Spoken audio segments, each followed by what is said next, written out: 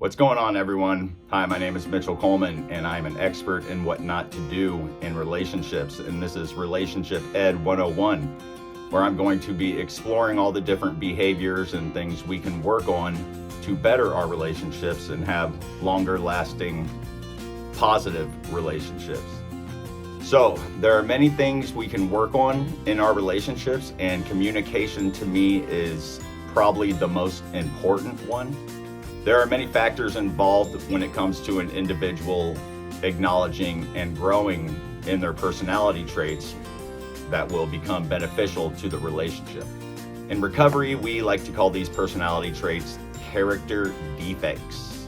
So I'm going to be talking about some of these character and personality traits in a series of videos reflecting on avoidance behaviors. What are avoidance behaviors? Avoidance behaviors are any actions a person takes to avoid difficult thoughts or feelings. These behaviors can occur in many different ways and may include actions that a person does or does not take. And before we get into this, please click like, subscribe, and leave a comment below and hit the notification bell, and you will be able to be caught up on all these videos I'm going to be making on relationship education. All right, the first thing I'm going to get into is this question here.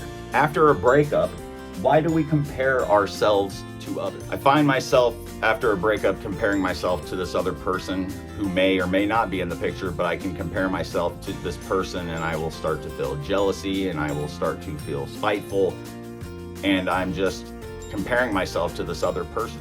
When the truth is, I don't really know this person at all. This is all something I'm just creating in my own head. It's an illusion that I'm coming up with.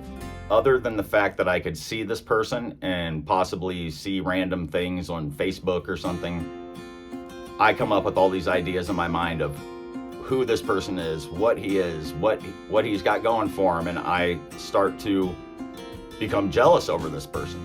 In psychology, they call this the social comparison theory. And this could be comparing ourselves to the person's social status, their wealth, and their looks. We can compare ourselves in a sense that we're better than this person, or there's also the other way, which is comparing ourselves to them in a negative way, which then greatly affects our self-esteem. And typically that's where it goes after a breakup. We're not looking at that other person thinking, oh, I'm so much better than that person.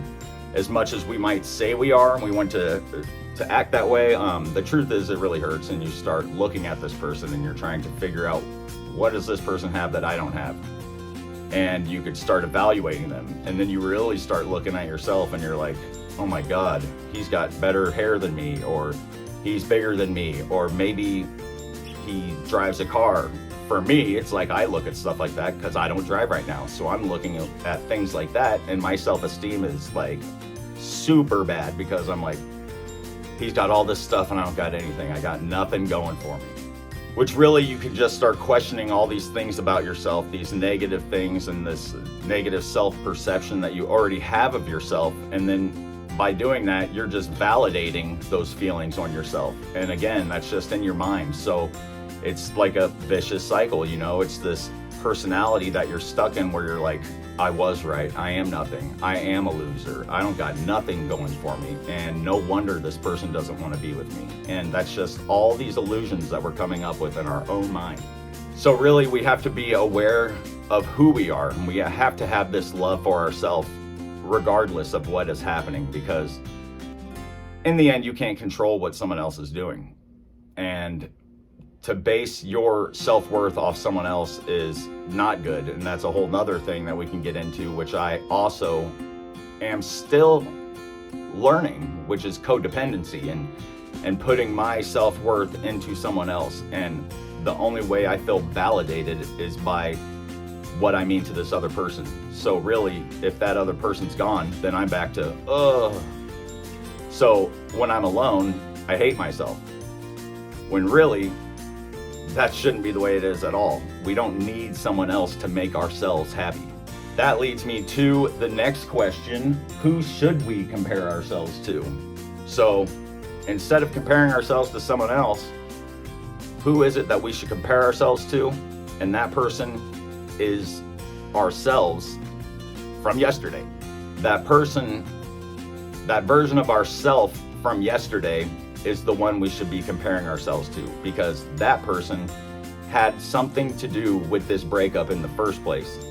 So we can look back on that person and we could recognize, what did that version of me do to have any part in this breakup? That version of you led to this breakup and made some mistakes in one way or another. Whether you want to admit it or not, best thing to do is just admit it and acknowledge it, and this is part of the growth, or you're just going to be stuck in the same way. So you're going to look at that old version of yourself, and old meaning yesterday. Old can mean 5 minutes ago. You know, you don't have to sit and suffer in these mistakes for long. You have to feel it and acknowledge it and grow from it. And I'm not saying that it's always your fault that the breakup happens, but that old version of you has learned something regardless. So you've also learned what not to do in a relationship, whether it be your fault or not. You can now move on into another relationship whenever you're ready to. I'm not saying just jump into one, but say you broke the trust in a relationship like I have done. That is my fault, and I have to accept that, acknowledge it, and I've learned from that. I've learned what not to do, and I've learned the areas I need to work on and fix.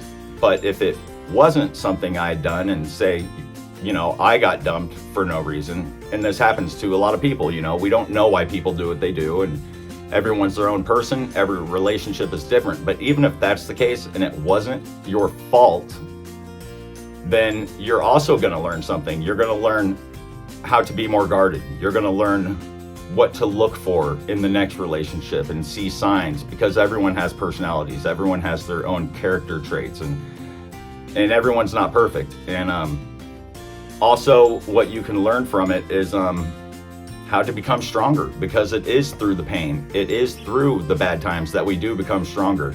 And then that comes down to the willpower that you have, and what kind of willpower do you have to grow from this situation, whether it be good or bad.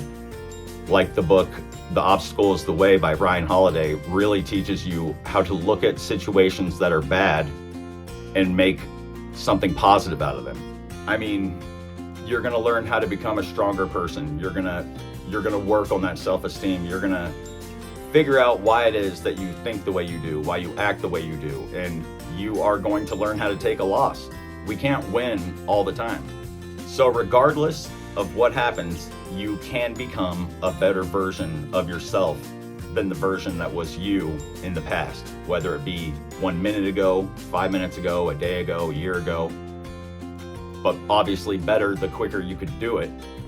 But that's really who you should be comparing yourself to. We don't need to compare ourselves to any other human being. Everyone is their own unique person.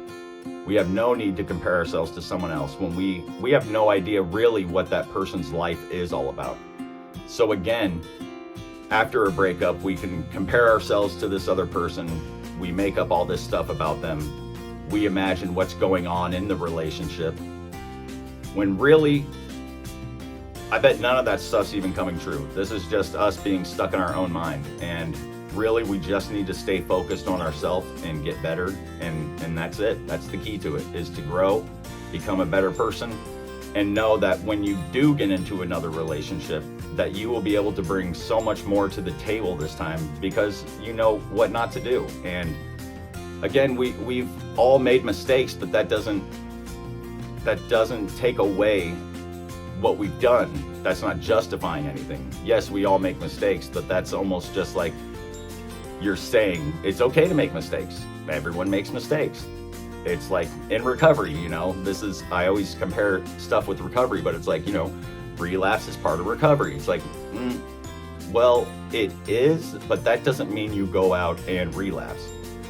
But really, there's no need to make any excuses about any of this stuff. Whether you did something or not, you can grow from it. You acknowledge what you've done. You grow, move on.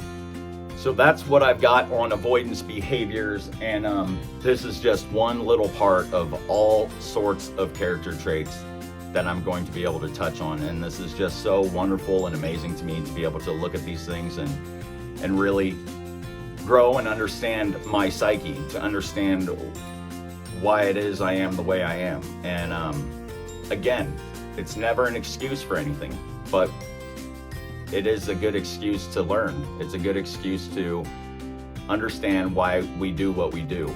And we can't blame our actions on things that no longer are happening, you know, because I could go back to childhood traumas and all that stuff, which I will touch on other subjects, but never am I going to say that is why I am the way I am now. I can use those as references as to why I thought it was okay to act the way I was, but I'm never going to blame anything else for my actions. And that is so key in any relationship. Do not just try to avoid stuff. And you know, the avoidance behaviors, and this is just a little bit about the avoidance behaviors, and I'll get into some more when I have some more time.